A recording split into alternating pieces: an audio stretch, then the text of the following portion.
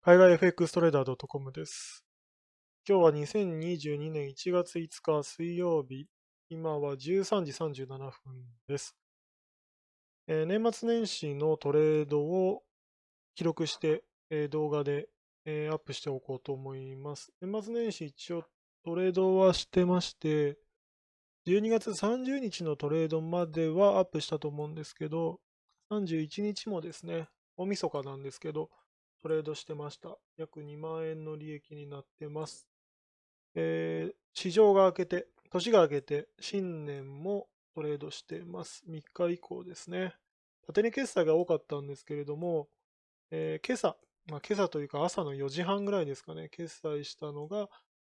1万7000の利益になっているということで、4万通貨、0.4ロットで入っているので、40ピップスぐらいの利益ですかね、になってます。で、今のポンドドルなんですけど、相変わらず上目線で考えてますけど、ちょっと小幅に上下するような動きが目立ってきています。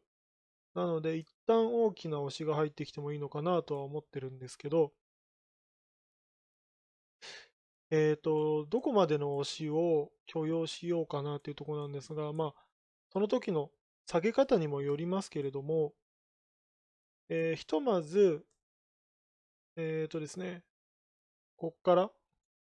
ここまでの上昇の半値、一応フィボナッチ引いて50%がここなので、このラインまではっ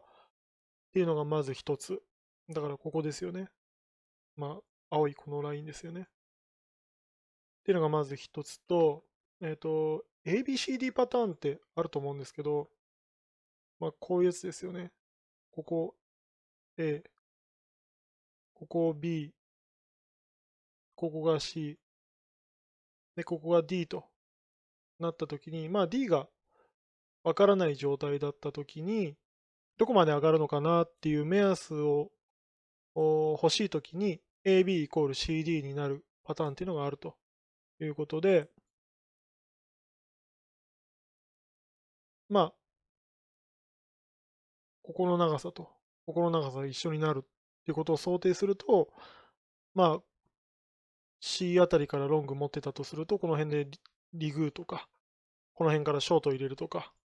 っていう目安にする。AB イコール CD っていうのがあるんですけど、これはよく知られてるところかなと思うんですが、逆数の ABCD っていうのもありまして、これが調整で使えるんですよね。今のは推進派だったですね。ここも推進派なんですけど、今度はこっちの方で使えるということですね。これと、これが一緒になるということで、今回の場合だと、これ調整派ですよね。ここから上昇がこう入ってきて、これが調整派。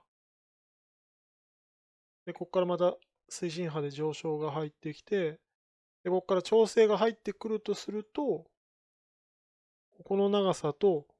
ここの長さが同じになるっていう考え方で、そういうふうに考えると、ここの長さっていうのを一回これトレンドラインでちょっと引っ張ってみて、これをそのまま移動してくると、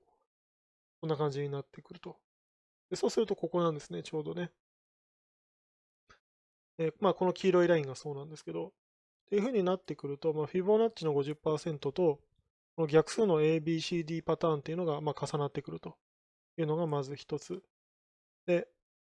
もう一つここにちょっとチャンネルラインを引いてます。この高値とこの高値をつないだライン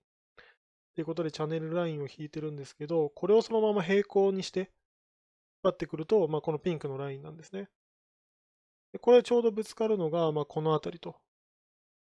いうことなので、この辺りは押してきたとしても、何らか上への動きっていうのが出てくるだろうなというふうに思います。で、これを下に切ってきちゃったときに、またちょっと新しい、値動きの仕方っていうのを考えなきゃいけないかなと思いますけれども、ひとまずこの押しっていうところまでは今許容して考えてます。でこれがあっても、この下落があっても、まだ上昇っていうのは見ていけると思ってます。で、今ですね、こんな感じで、底値からの動きっていうのは、いい4線が2つ、3つ続いたんですけれども、ちょっと小動き、チャンネルの中で、上昇チャンネルの中で小動きするような雰囲気になってきてますよね。で、もちろんこのまま行くケースっていうのはあるんですけれども、上げづらくなってくると、やっぱり売られないと上がっていけないんですよね。でこれなんでかっていうと、上昇していくときっていうのは、ショート勢の損切りをやっぱり巻き込んでいきたいので、そうすると勢いが出てくるので、ショートが入ってこなきゃいけないと。でそうすると、利確のショートっていうよりも、利確のショートを見て下げてきたなっていうのを見て、入ってくる新規のショートっていうのが入ってきますんで、そうすると、こんな感じで、だんだん下がってくると。で、遅めに乗っかってきたプレイヤーっていうのが、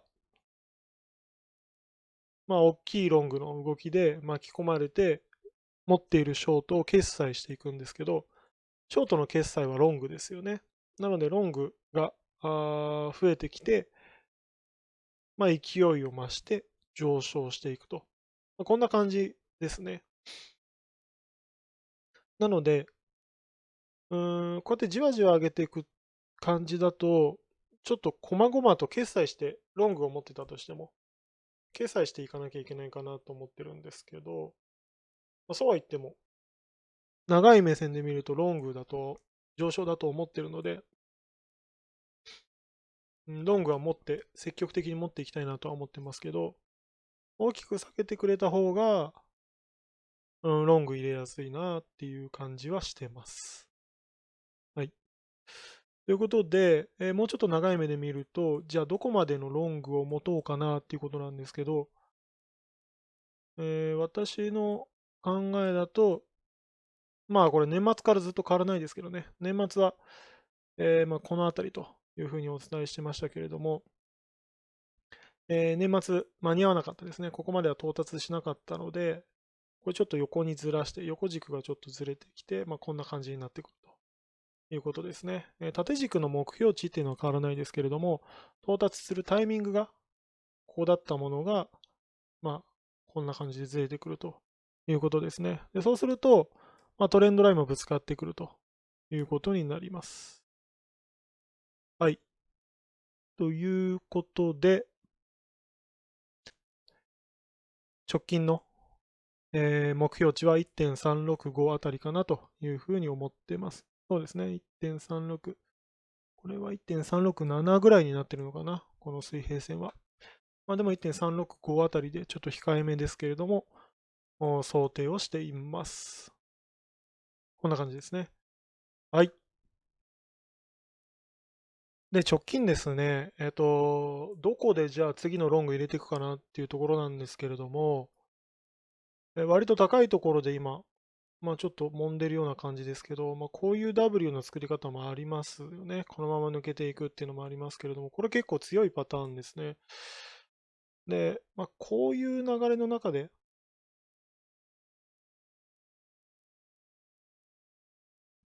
押し目、押しが入ってきているので、こんな動きが入ってくると、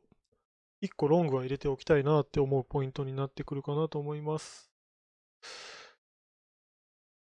はい、そうですね。このあたりまでですよね。第一段階の押し目のポイントっていうと。で、もっと深くってなってくると、先ほどお伝えしたような、ここで1個入れて、切ってきたら、このあたりかなっていう感じですが、ここまで第一段階の押し目のポイントから100ピップスぐらい下がるんですよね。だから100ピップスぐらい下がっても、聞かされてもいいようなロットの入れ方っていうのをしていきたいなというふうに思います。はい。ということで、まだ上昇余地はあるかなというふうに思いますけれども、丁寧に見ながら、ロングを入れる場所っていうのを探っていきたいと思います。また動画を撮ってアップしたいと思いますので、よかったらぜひご覧ください。はい、今日は以上になります。ありがとうございました。